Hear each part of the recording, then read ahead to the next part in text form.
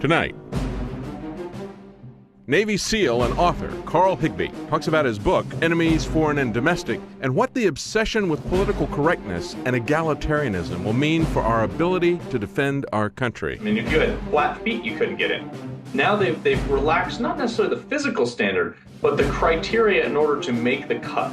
And then what's happening is these guys, still great men, women, are going through training, and now they're getting hurt in training. And Anthony Gucciardi and Dr. Group warn us about the silent killers in the workplace. We hear about the cesium, we hear about the strontium-90, we hear about the iodine, the radioactive iodine. The problem is no one really knows when they have radiation poisoning. Then, a special report from Alex Jones. The globalists want to conquer the world, but they know that tyrants have always fallen. So they want to short-circuit common sense and short-circuit the family and any type of fealty where people are territorial and stand up for themselves. So if we learned anything from Fukushima, when the plant operators and the Japanese government said everything's fine, everything's safe, and the independent studies found that 1.5 times at least the amount of radiation was actually released from the plant, and 70% was drained into the Pacific Ocean of the cesium, it's that maybe we can't always trust the plant operation groups, the corporations, the for-profit corporations, and even some of the oversight committees that are supposed to look at these plants and make sure everything's safe, make sure they're not leaking. And it's mainstream news, CBS News, you name it, that about 75% of nuclear sites now are leaking tritium. And this obviously is a radioactive component. The nuke sites around the world, but especially the United States, are leaking, period. It's an issue. No one wants to talk about it. The corporations that are running it all don't want to talk about it, and they don't want to have the liability, so they're saying it's fine. It's totally safe. All these sites around the world that are full of radiation, don't worry about it. It doesn't even exist. And that's not okay with me. It's not okay with Dr. Group, who's been researching this for 20 plus years. And it's not okay for any of us, because we actually have to talk about these issues. We can't pretend everything's fine. We're not the for-profit corporations behind this, and we're actually going to discuss what's really going on. So, Dr. Group, thank you. It's always fun to sit in here and talk with you. So what's going on with all the nuke sites that are leaking around the country? Well, Anthony, it is really sad that we have a toxic substance that we can't feel, that we can't see, that we can't taste, that is one of the most toxic substances known to man, and that's radioisotopes that are damaging to our cells, damaging to our body. And we have some of the worst scenarios right now around the world. Look what happened with Fukushima. I mean, Fukushima has been a disaster. It's been a cover-up. One of the least talked about radioisotopes is tritium. I mean, we hear about the cesium, we hear about the strontium-90, we hear about the iodine, the radioactive iodine. The problem is no one really knows when they have radiation poisoning. It's almost a slow death. The research that's coming out right now, though, is alarming, because tritium is really the best way to explain it is it's radioactive hydrogen. It's not like a cesium or some other element that if it gets in your body, it might go to the thyroid gland or it might affect the bones.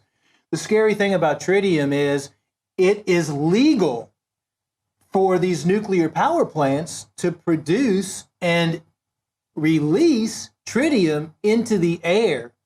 And they use it in the cooling system, so they use it in water. So you know water is a component of every living substance. Our bodies, everything that's alive is composed of at least 80% water. So tritium, because it is radioactive hydrogen, is easily absorbed through the air, so you can breathe it in. You swim in tritium-enriched waters, you're going to soak it in through your skin. It's now getting in the soil, and the plants are sucking it in through the water. It's scary because tritium actually affects the DNA inside your body. So it attacks every cell's DNA. It's not located in one area like other radioactive materials.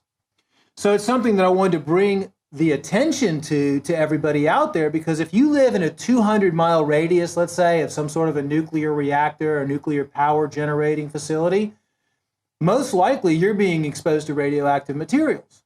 And doctors are not trained to diagnose people and say, hey, we have all these tests that we can take, a blood test, or we can take saliva test, or we can x-ray you, which is damaging in itself, and determine that you have radioactive poisoning. So it's almost like a slow death, and people need to be aware of it and protect themselves from any type of radioactive substances that they might be exposed to on a regular basis. It's a crazy thought, and I don't think that, there's people just dropping dead from radiation poisoning or something from these plants, but the concept that they're just releasing things kind of unchecked and that 75+% nuke sites are leaking tritium, or that I also saw that CBS and other agencies said, yeah, they're just kind of leaking, period.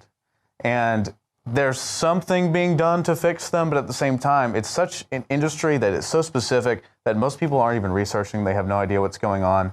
Let alone, for example, people really finding out about Fukushima. It's become a huge issue and people are learning about it. But the percentage of the population that actually looks into it and actually does something about it is so small that these nuke site plants and even the Fukushima TEPCO operators can kind of get away with whatever. Like, let's say there is a leak and it's going into the groundwater. They can just say, oh, it's totally fine, you're totally safe. And there's an instance, we're going to talk to Joe, one of the producers around here too, about what happened with his family. I mean, there's nuke sites that just leak and they have disasters and they sit there forever. No one wants to pay to clean it up. No one wants the liability. And then people get sick, And that's the other thing too. It's hard, isn't it, to say, oh, well, this nuke site leaking actually caused my health problem, right? Just like everything else. It's all slow stuff. Like when you eat food that's crap, you eat the pesticides and the garbage in the food supply, and 20 years later you get cancer. There's links to it, obviously, but you can't say, oh, that sausage I ate 20 years ago gave me cancer, so the liability is kind of like, oh, it's not that. It's magic. None of that affected you in any way. It's wild. What do you think about all that? Yeah, I mean, we've been able to identify the majority of the toxins that are out there, and we can pinpoint, for example, what mercury does to the body. We can pinpoint what aluminum does. We can, there's studies out there that show what genetically modified foods do to the body. This is like the secret underground killer that no one's talking about, that everyone's afraid to talk about. And there's no solutions or no way to really track the fact that what this is doing to every single individual out there. I don't even think I think people that live near nuclear power plants are one thing. They're at extreme risk, especially their children. But we have a global situation right now. Fukushima, for example, is dumping millions of tons of water that's laced with tritium into the Pacific Ocean. Yeah, the study found that 70% of the original cesium from the explosion went into the Pacific Ocean. Right. I mean, but then they say it's fine. They say it's totally fine. And I don't know all the specifics. They did find some radioactive stuff in the United States, obviously, right? But then they would say, you're crazy if you think it's an issue, if it's going into the oceans. There's nothing in the oceans that are dying from the 70% of cesium that went into the ocean. And there's like weird mutations around the site and stuff, but it's fine. I mean, do you think anyone actually believes that? Everything's fine. This also ties into, by the way, if viewers are watching and they're like, these people are crazy. They're saying that everyone is dying from radiation poisoning. We're not saying that. We're saying this is one of those slow underlying things that's actually contributing to health problems that no one's talking about because everyone's afraid to discuss it, because the corporations that are running this don't want to talk about it because liability, as we said a million times, and then also because the oversight committees and stuff, they don't want to blow up some huge story. Nobody wants a big scandal. This is real life, though. And if you're in a fairy tale scenario where everything's fine, Fukushima's fine, it didn't do anything, it didn't leak into the ocean, TEPCO has it under control, didn't they hire homeless people to go in with like duct tape and stuff? The robot they sent in to fix Fukushima died because of the high radiation levels. It's total insanity. But if you talk about it, that's bad. Everything is actually fine. You're right. If anyone's a doubter, you're right. It's totally safe. Let the tritium just be released into the air. Everything's fine. Do you think people really believe that, though? Do you really think that? It's our job to identify the type of warfare that's going on against us, and that's how we protect ourselves. I mean, you have to learn math to be able to do your finances. So I think that there still are a lot of people that just don't want to believe what's going on in the environment. There's also at the same time a lot of good that's happening in the environment. How do you create change in the world? And you call it warfare too, not to interrupt. But to some people it might mean, oh, well, are the nuke people actually just trying to kill us? No, I don't think that's what we're saying at all. We're just saying that it's just like if you were running a business and you're making tons and tons of money, but you found out that one of your products was hurting people, okay? If you're a greedy, horrible CEO person or whatever, you don't care. You don't want to spend the extra 5 pennies. Like, let's say a fast food company doesn't want to spend 5 pennies extra per meal or whatever to enhance the quality and the ingredients of the food. They're like, no, that accounts to $10 million a year or whatever. I'm going to keep that money. You don't want it to get out that the ingredients in the food are actually harming people. And eventually it might come out, and they might have to actually do something about it, and it costs them money. So that's what it is to me. It is, we are suffering because of greedy people's decisions, because they don't want to lose the cash, they don't want the spotlight on them, So essentially it is attacking us, regardless of the motive. I think it's just they don't want to have the financial expenditures to deal with it, Or they don't want to deal with the government oversight. Well, it does actually come back to money, because I looked into that, and nuclear power plants are extremely profitable. Once they're up and running, it's pure money coming in. They know that they're dealing with compounds, radioactive compounds, that could take millions of years to, that they're going to have to hold in special types of cells and everything, like, to protect against leakage. The problem is that's going to cost them 100 times, 1,000 times more money than they're making from selling the power from the nuclear power plants. So it's first of all, we should have oversight. Our government should be protecting us, and just the word nuclear itself. Build more. Right. Now they just want to keep building and keep building and keep building. Let's get out of the technology 100 years ago and let's move into Tesla's technology or free energy technology that we've had and that's been suppressed since the 1950s, and move to a clean sources of energy that we can use without any damage, environmental damage or human damage in the future, because we're going to be dealing with this our whole lives, and our kids are going to be dealing with this, and their kids are going to be dealing with this, unless miraculously we figure out a way to neutralize these spent nuclear rods.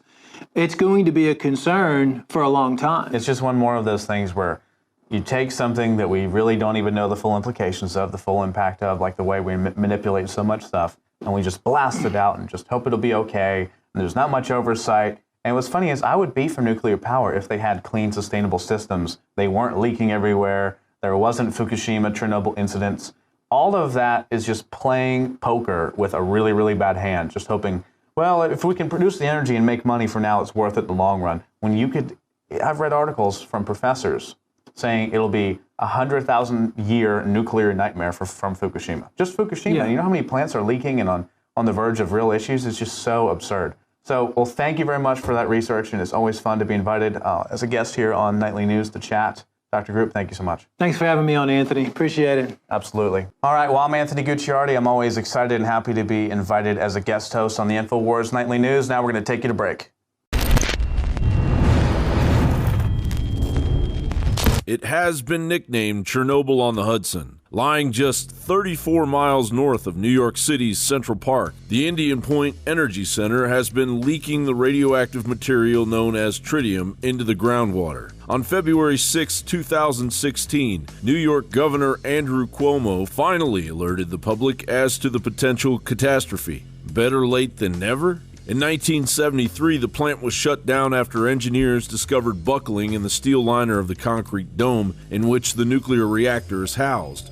On October 17, 1980, the Nuclear Regulatory Commission proposed a $2,100,000 fine for an incident involving 100,000 gallons of Hudson River water that had leaked into the Indian Point 2 containment building from the fan cooling unit, undetected by a safety device designed to detect hot water. 2 pumps which should have removed the water were found to be inoperative. In 1984, the New York Times reported that 25% of the young fish known as the Atlantic tomcod and 89% of the older Atlantic tomcod inhabiting the Hudson suffered from liver cancer. These mutated tomcods had evolved after GE dumped PCBs into the Hudson River from 1947 to 1976. In 2005, Entergy workers, while digging, discovered a small leak in a spent fuel pool. Water containing tritium and strontium-90 was leaking through a crack in the pool building and then finding its way into the nearby Hudson River.